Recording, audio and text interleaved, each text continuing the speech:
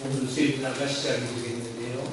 오늘 세미나는 주제가 간단해서 그러나 매우 큰 관심을 가져야 되겠지만은 많은 분은 아니시지만 정말 중요한 분들이 많이 참여해서 진심으로 감사드립니다.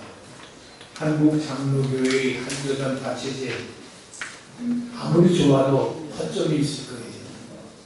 그리고 좋은 점은 무엇인지 허와 실에 대해서 논문을 발제하시고 논찬을 하실 겁니다. 두 번째 강의는 한교단 다체제가 한국교회연합에 무슨 영향을 미칠 수 있는가. 이제 말씀한 대로 70%가 장로교인데 70%는 이미 장로교가 하나가 되는 연합이 될 거 아닙니까? 나머지는 어떻게 할까 하는 그런 주제가 제2강의가 될 겁니다. 제2강의도 발제와 논찬이 계속이 될 겁니다. 네 분의 발제 논문 전부 오늘 우리가 가지고 있는 이 자료집에 게재되어 있습니다. 그리고 자료집 마지막에는 부족한 제가 쓴 장로교 한교단 다체제에 대한 그 모든 성경적 근거와 신학적 근거, 역사적 근거를 제시하는 논문이 하나 실려 있습니다. 참고해 주시기 바라겠습니다. 이제 오늘 강의를 하실 첫 번째 강사는 장신대 역사신학 교수로 계시는 박형수 박사님이에요. 이분은 사실 연구 논문을, 박사학위 논문을 칼빈이 얼마나 연합에 열심히 했는지 그 연합에 대한 연구를 하신 분이에요. 그러니까 이분 한국에서 연합에 대한 대가라고 해도 좋습니다. 칼빈이 심지어는 카톨릭까지도 연합을 하려고 했어요. 칼빈이 얼마나 연합에 열심히 했는지. 그런데 그 칼빈의 후손이라고 하는 장로교회가 지금 연합에 대한 관심조차 없이 오히려 계속 구분연말하고 있지 않습니까? 우리가 오늘 좋은 강의를 통해서 또 그분의 이격을 통해서 좋은 것을 많이 배우는 시간이 되기를 원합니다. 박형수 교수님 앞으로 나와주셔서 강의 말씀해 주시기 바랍니다.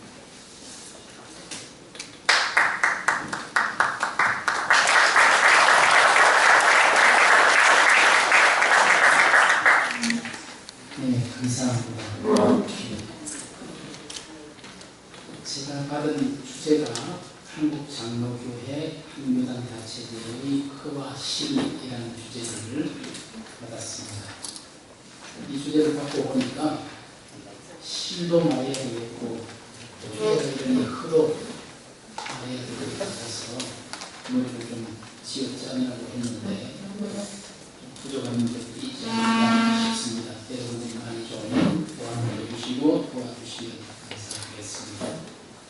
여러분 가지고 계신 자료집에 있는 논문을 제가 읽으면서 진행하도록 그렇게 하겠습니다. 자료집 9쪽부터 제 글이 실렸습니다.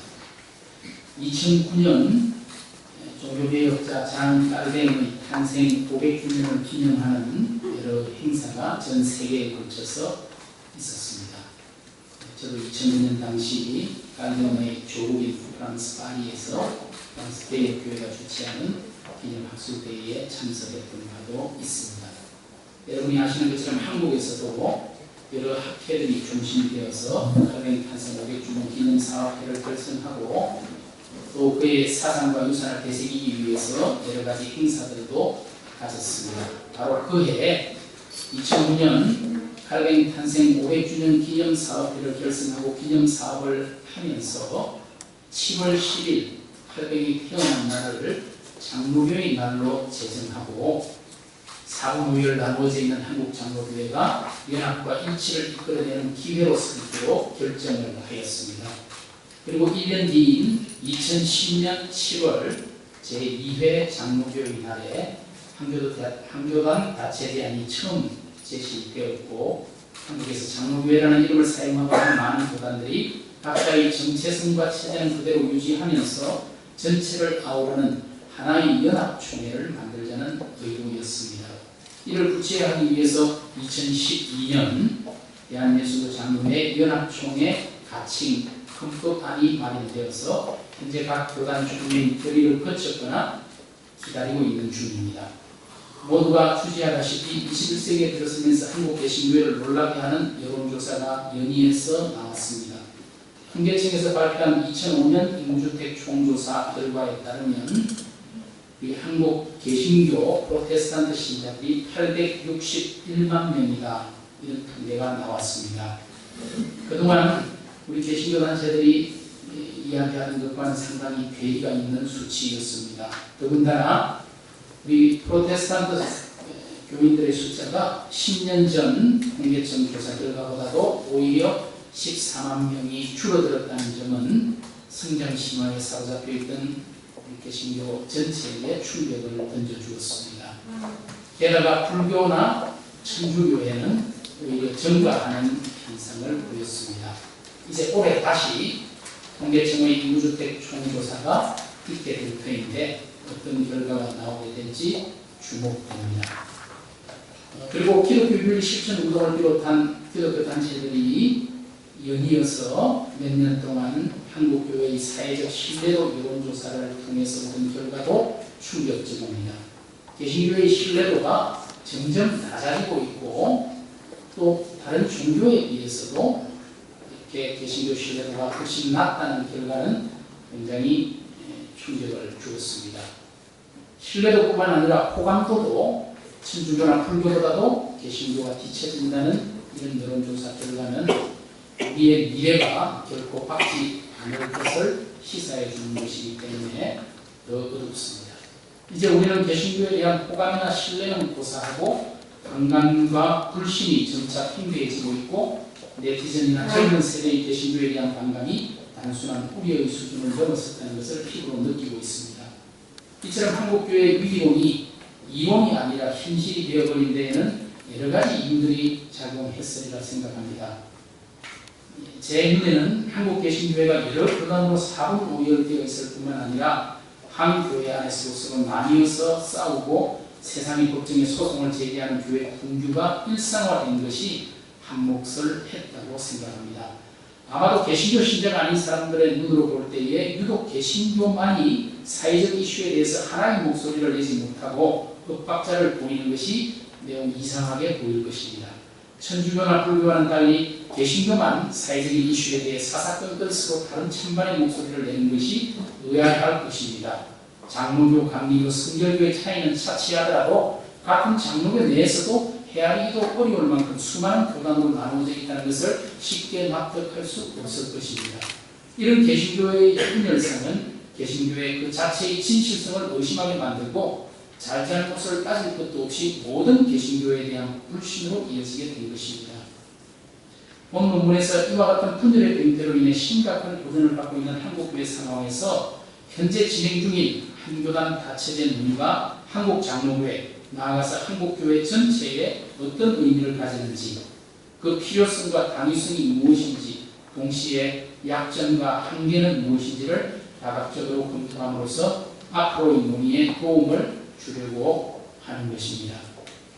저는 먼저 한국교회사 안에서 연합과 일치를 위해 어떤 노력들이 있었는지를 살펴본 다음에 한교대 다체제 논의가 가지고 있는 허와실, 강점과 약점에 대해서 말씀드리려고 합니다. 먼저 한국교회사에 나타난 연합과 일치를 위한 노력입니다. 한국 개신교 역사를 살펴보면 놀랍게도 초기 한국교회는 교파를 초월해서까지 교회 일치와 연합에 적극적이었음을 발견하게 됩니다. 이런 초기 한국교회의 일치 정신은 오늘날 분파성과 당파성에 사로잡혀 있는 한국교회에 귀중한 교훈을 제공해 줄 뿐만 아니라 이후 한국교회 연합운동이 구체적으로 어떤 모습을 띄어야 할지를 알려주고 있다고 생각합니다. 먼저 한국교회에 들어온 장로교 선교회들의 연합에 대해서 살펴보면 19세기 말 한국에 입국한 장로교 선교회는 시간 순서대로 보면 미국 북장로회, 호주 장로회, 미국 남장로회, 캐나다 장로회 4개 선교구에서 한국 선교를 시작했습니다. 1884년 가장 먼저 들어온 미국 북장로회는 그 다음에 들어온 호주 장로회와 더불어 장로교 공의회를 결성하여 선교를 위한 첫 융합회를 구성했습니다. 그러나 호주 장로회 선교사 데이비스가 죽자 사실상 해체되었다가 1892년 미국 남장로회 선교사가 한국에 오면서 미국 남북 장로회 선교 공의회로 재조직되었습니다. 그리고 이후에 호주 장로회와 캐나다 장로회까지 가입하게 되면서 명실상부 장로교 선교부 전체를 포괄하는 연합공의회, 장로교 공의회가 결성되었습니다. 이 공의회는 선교회들의 활동에 있어서 방법의 통일성과 노력의 효율성을 확보하기 위해, 그리고 한국의 개혁신앙과 장로교 정치 형태를 지닌 하나의 토착교회를 위한 기구를 설립한다는 목적으로 결성되었습니다.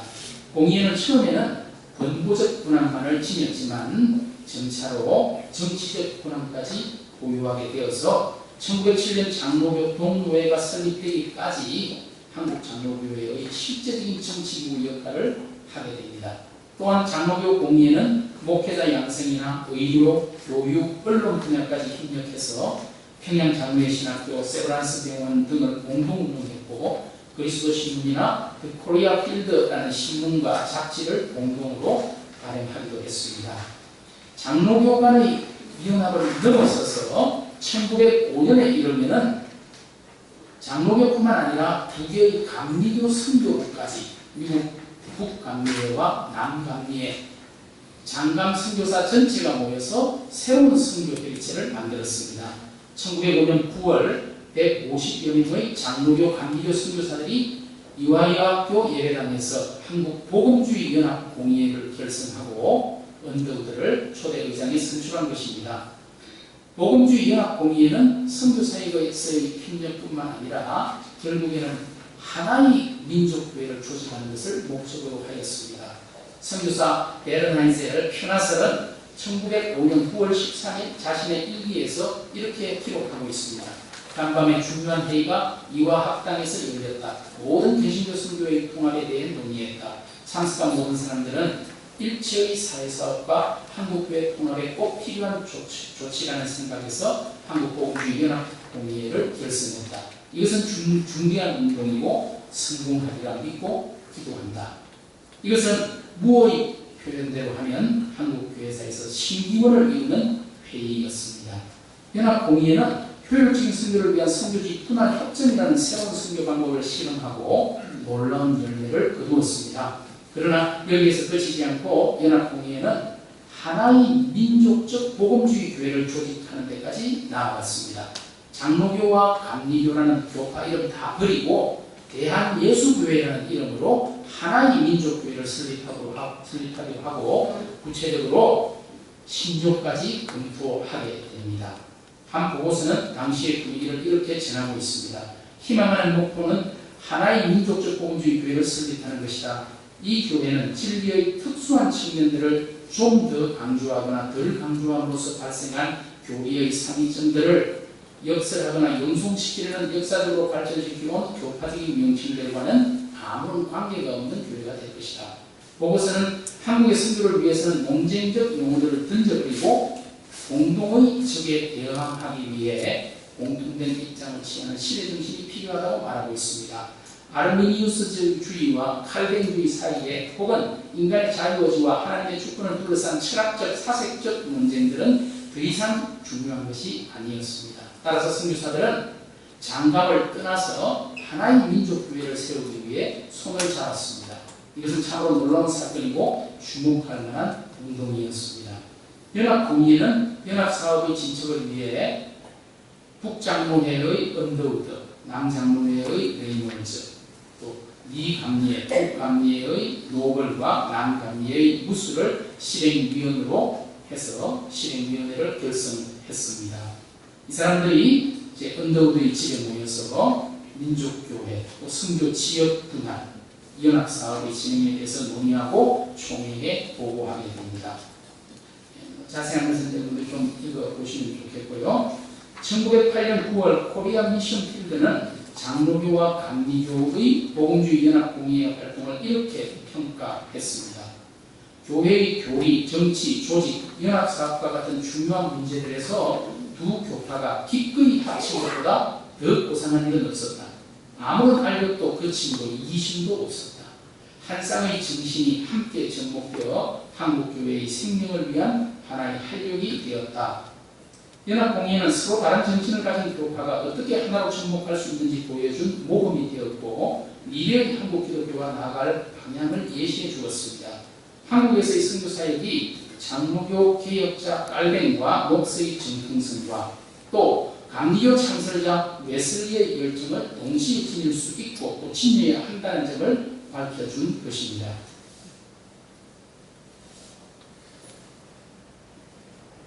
(1909년) 한국 선교 25주년 1884년 시점으로 했을 때 한국 선교 25주년 기념 보고서는 성령의 도움으로 최근 이루어진 성과 중 가장 획기적인 사건은 여러 선교회들의 유기적 연합을 위해 노력한 것이라고 말하면서 연합운동 성과를 이렇게 보고합니다.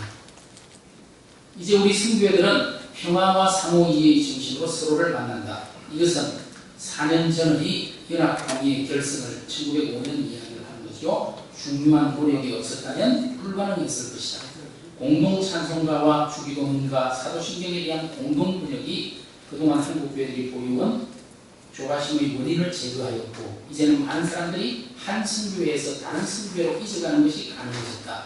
연합이 완성되지는 않았지만 연합에 대한 이해는 이루어졌다.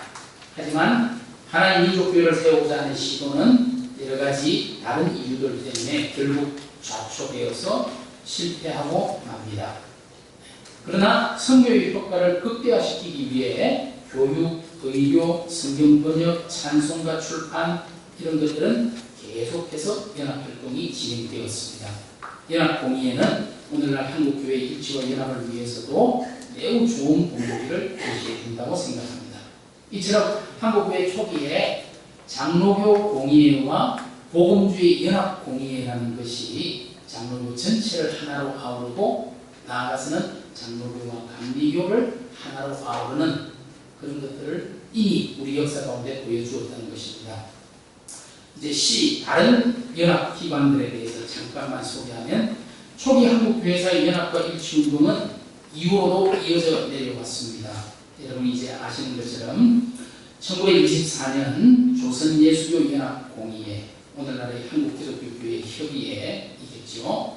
그것이 지금 9교단이 회원으로 소속되어서 지금도 활동을 하고 있습니다.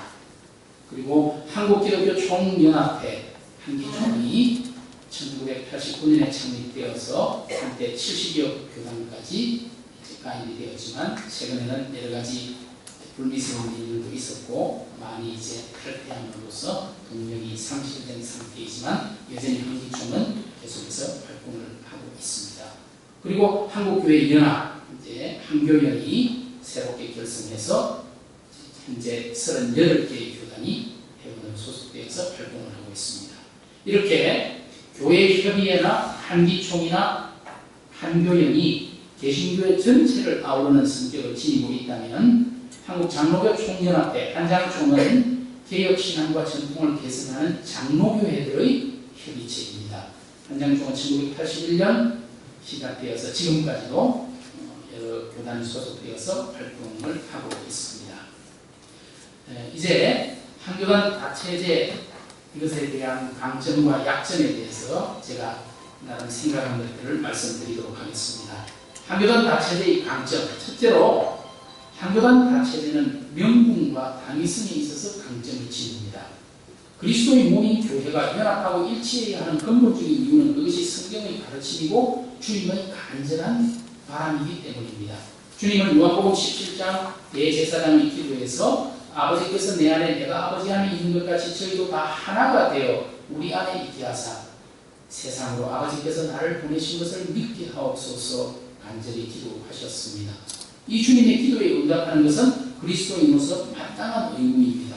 주님은 산상수훈에서도 평화를 만드는 자가 복이 있다. 그 사람이 하나님의 자녀라 일컬음을 받을 것이라고 가르치셨습니다. 또 자신이 하나님과 우리 사이의 화목제물이 되셨듯이 이 세상 한복판에서 화목하게 하는 말씀을 우리에게 부탁하셨습니다. 우리가 한교단 다체제를 논의하는 가장 큰 이유는 성경의 가르침에 순종하기 위해서입니다. 둘째로 한교단 다체제는 개혁교회의 역사와 전통에 비추어 볼 때에도 정당성을 지닙니다. 개혁교회의 형성에 있어서 결정적 역할을 했던 개혁자 깔뱅이나 그에게 많은 영향을 끼친 종교개혁자 마틴 부츠 같은 이들은 교회의 연합, 적어도 프로테스탄트 교회의 일치를 위해서 많은 저수를 했을 뿐만 아니라 그것을 실천하는 일에도 앞장을 섰습니다. 칼뱅은 잉글랜드의 토마스 크랜머가 프로테스탄트 복음주의 교회들의 연합과 일치를 논의하기 위한 지도자 모임을 제안한 데 대해서 1552년 4월 편지하면서 이 일과 관련하여 내가 무엇인가를 할 수 있다면 그것을 위해 필요하다면 난 10개의 바다라도 건너서 기꺼이 잉글랜드로 찾아갈 것이라고 편지한 바가 있습니다. 1560년 12월 프랑스 개혁교회에 보낸 깔랭의 편지에도 기독교계에 존재하는 분열들을 끝내기 위해서 자유롭고 보편적인 공예가 개최되어야 한다고 주장하고 있습니다. 이처럼 개혁교회 지도자들은 처음부터 교회의 보편성을 매우 중요하게 여기면서 교회 분열을 극복하고자 노력했습니다. 앞에서 살펴본 바와 같이 한국교회 초창기에도 장로교 공의회, 복음주의 연합 공의회를 결성하여 교회의 하나됨과 보편성을 지키려고 애썼고 이를 통해 한국 사회에 선한 영향력을 미쳤음을 확인할 수 있습니다. 한교단 다체제 논의는 개혁교회 정신과 한국 장로교회 전통을 개선하는 노력의 일환이라고 생각됩니다. 첫째로 한교단 다체제는 한국교회 현실에 비추어 볼 때 시대적 요청입니다. 프로테스탄트 종교개혁은 16세기 로마 가톨릭 교회의 잘못된 구원관과 폐결적 위계주의라는 현실에 맞선 그 시대의 응답이었습니다. 16세기 종교개혁은 16세기의 시대의 상황에 대한 응답이었죠. 종교개혁자들은 성직자가 모든 것을 독점하고 있던 중세 로마 가톨릭의 모순에 저항하면서 모든 그리스도인들이 각자 하나님 앞에 왕같은 제사장이라는 만인제사장설을 주창하였습니다. 또한 교황이라는 존재가 그리스도를 믿어내고 실질상의 교회의 머리로 군림한 것에 저항하면서 오직 그리스도만이 교회의 머리고 목자이시며 교회의 전통이나 교황의 교서가 아니라 오직 성경만이 우리 구원과 생활의 완전한 증거이고 고해성사나 선행이나 면죄부를 통한 사명이 아니라 오직 은총에 의한 믿음을 통해서 의롭게 된다는 사실을 분명히 주장했습니다. 16세기에는 타락한 절대적 권위에 항의하면서 그리스도인의 자유를 옹호하는 것이 그리고 잘못된 구원관에 반대해서 참된 구원의 진리를 내세우는 것이 시대적 친구였습니다. 그러면 21세기 한국교회에 주어진 시대적 요청은 무엇입니까? 아무도 막을 수 없을 것 같은 분열의 병을 치유하고 하나의 거룩한 보편적 사도적 교회로서의 연합과 일치를 이루어야 하는 것이 이 시대 우리에게 주어진 중요한 책임이고 사명이라고 생각합니다. 그런데 지금은 자유와 양심을 옹호하는 프로테스탄트 정신이 오히려 프로테스탄트 교회의 올무가 되어버린 느낌이 듭니다. 어떤 권위도 인정하지 않고 저마다 자신의 자유, 그러나 실제로는 방종을 외치면서 자기들만의 폐쇄적 당직들을 강행하고 있습니다. 계시에도 이승에도 전통에도 그 어디에도 근거를 찾아볼 수 없는 막무가내 식의 궤변을 열어놓으면서 그것을 프로테스탄트 정신이 말하는 양심이냐 포장하고 있습니다. 새로운 교단이 만들어지는 것은 이제 놀랄 일도 안 됩니다. 대중매체에 이상한 집단이 교회라는 이름으로 등장하는 것이 이제는 보통의 일상이 되었습니다. 도대체 어떤 신학교에서 교육을 받고 어떤 절차를 거쳐 목회자가 되었는지 알 수 없는 사람들이 목사라는 이름으로 행세하고 있습니다.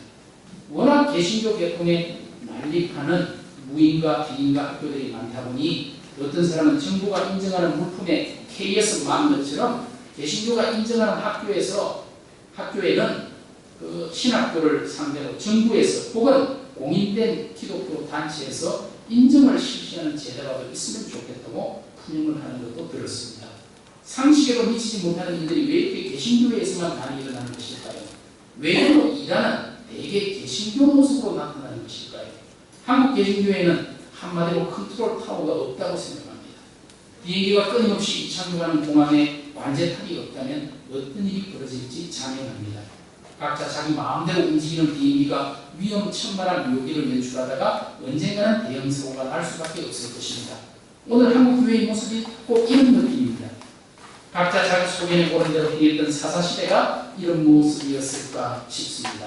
한국 교회, 적어도 한국 장로교회 안에서 이런 내부의 교통 정리를 감당해 줄 기간이 필요하고 그것이 한교단 다체제 논의의 배경이 된다고 생각합니다. 네 번째로 한국 장로교회의 대사회적 참고 역할을 위해서도 필요합니다. 교회는 그 자체가 목적이 아니라 타자를 위한 공동체 공동체이며 세상의 빛과 세상의 소금입니다. 따라서 개혁교회 전통은 처음부터 지금까지 공동체 윤리와 사회 윤리를 중요하게 생각했습니다. 교회는 사회의 여러 현안들에 대해서 기독교적 시각으로 한 목소리를 내면서 세상 속에서 복음의 가치를 구체화시킬 사명이 있습니다.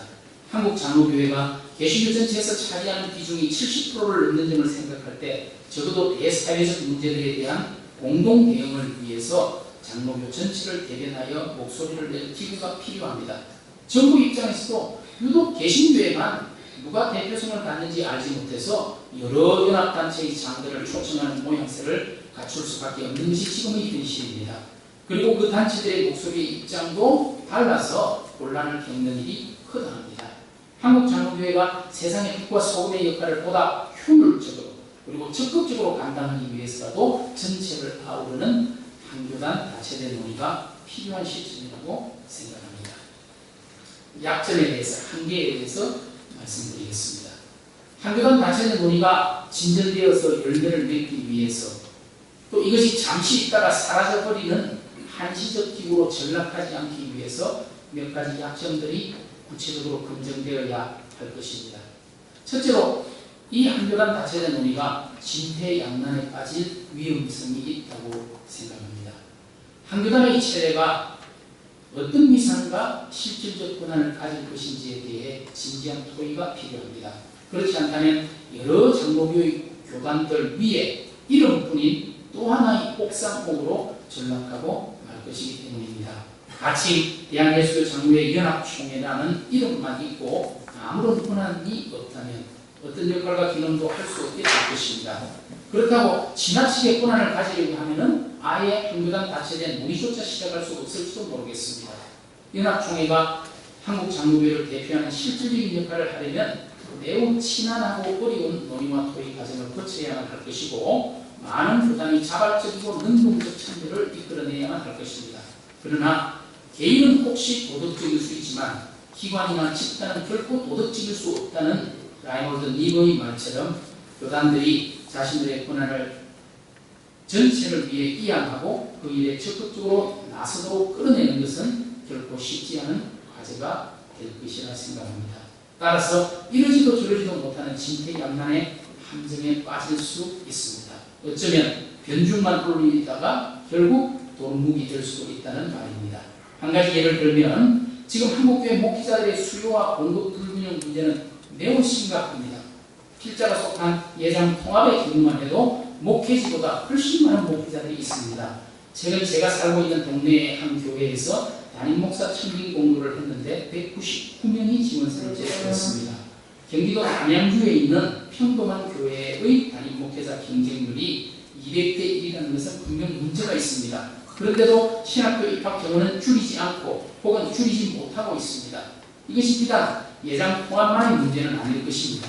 예장 통합 안에서조차도 현재 전국에 있는 7개 지금 신학교의 통폐합이나 신학대학원 신입생 인원 조정이 쉽지 않습니다. 그렇다면 연합총회에서는 이 신학교 문제를 어떻게 풀 것이고 또 목회자의 과잉 공급 문제나 질적 수준 향상의 문제는 어떻게 해결할 것인지에 대한 보관도 필요합니다.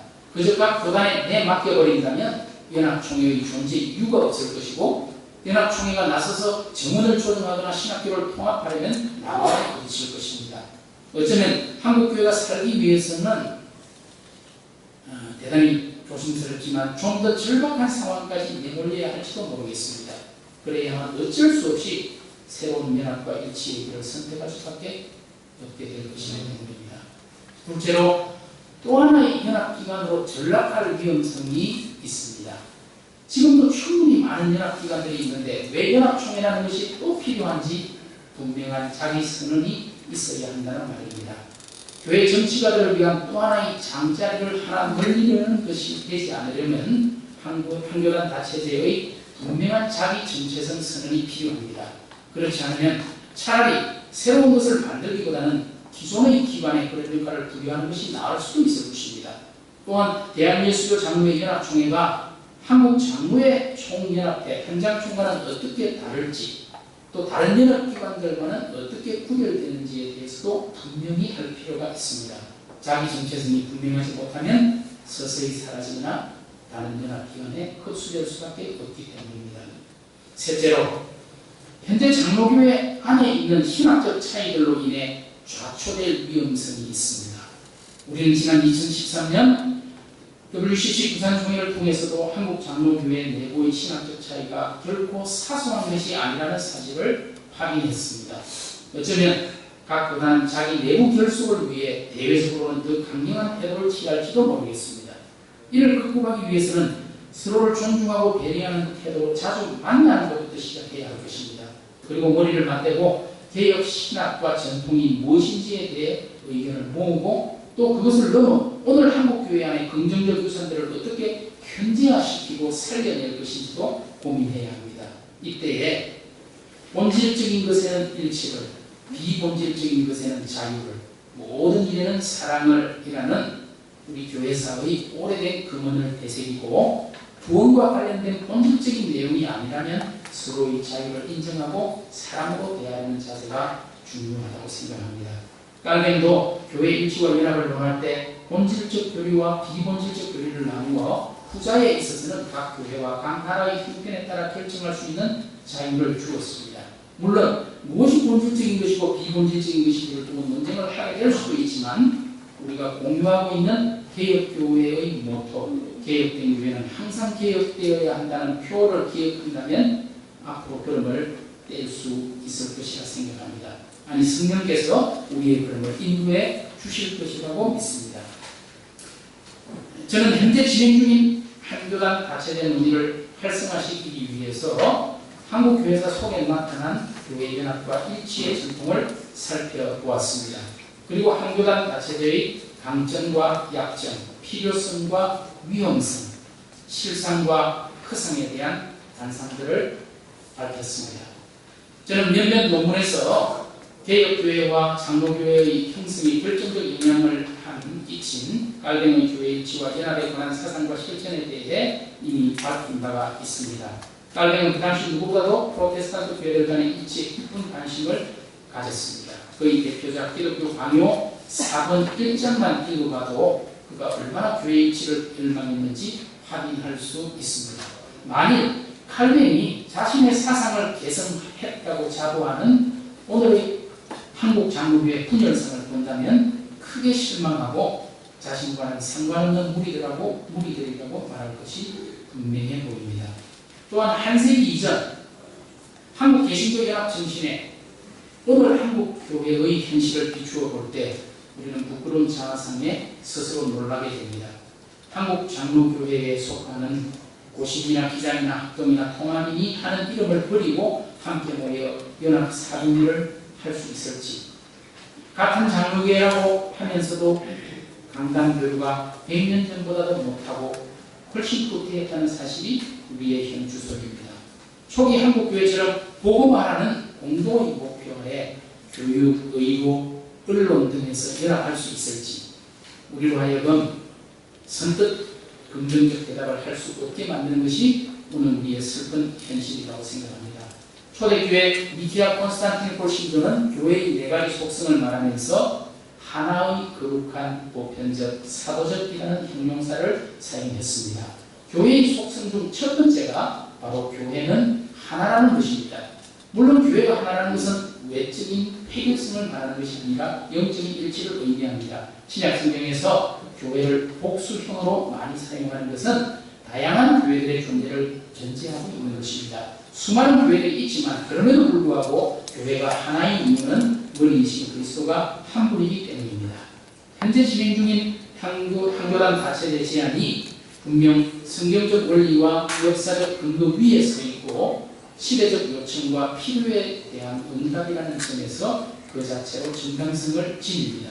그러나 한교단 다체제가 단지 이론적 정당성만이 아니고 현실적 타당성까지 가지려면 가능성이 있는 문제제기에 보다 꼼꼼하고 세밀한 사전 준비와 신학적 차이를 극복하려는 제도적 장치가 필요해 보입니다. 이를 위해서 캐나다 연합교회, 호주 연합교회, 미국 장로교회 등 여러 해외 교단들의 일치를 위한 과정과 그 가운데 나타난 장단점, 그리고 연합과 갈등 사례에 대한 검토가 필요해 보입니다. 또한 다른 연합기관들과 차별되는 분명한 자기정체성과 뚜렷한 목적의식이 있어야 하겠습니다. 그렇죠. 많은 사람들의 동의와 협력을 이끌어내는 전략도 필요할 것입니다. 그럴 때에야 영향력을 가진 운동으로 승화될 수 있을 것입니다. 그렇지만 우리가 아무리 많은 준비를 하고 대의를 한다 할지라도 교회의 하나됨은 성령의 역사라는 사실을 알고 믿고 성령의 도우심을 구하며 성령이 하나되게 하신 것을 힘써 지켜나가야 할 것입니다. 이상입니다. 감사합니다.